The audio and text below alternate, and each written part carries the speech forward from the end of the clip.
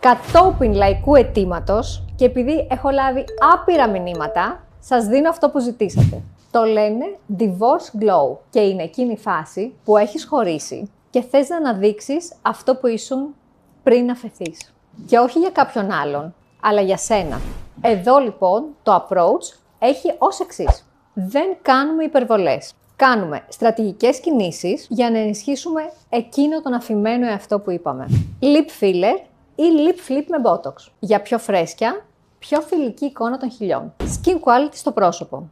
Skin boosters και βιοδιαγέρτες. Για glow, ενυδάτωση και καθαρή επιδερμίδα. Θεραπείες για τον ντεκολτέ. Ειδικά skin boosters για τον ντεκολτέ. Ήπια peeling, botox και laser για καθαρή και σφριγγυλή επιδερμίδα. Body confidence. Θεραπείες σύσφιξης σώματος με HIFU, ραδιοσυχνότητες ή τα υπόλοιπα μυστικά που έχουμε. Και κλείνουμε με ειδικό laser για vaginal rejuvenation. Γιατί η αυτοπεποίθηση δεν είναι μόνο αυτό που φαίνεται, είναι και αυτό που νιώθεις. Το divorce glow δεν είναι revenge glow. Στόχος δηλαδή δεν είναι να κάνεις εκείνον να μετανιώσει. Είναι να κάνεις εσένα να θυμηθείς ποια είσαι.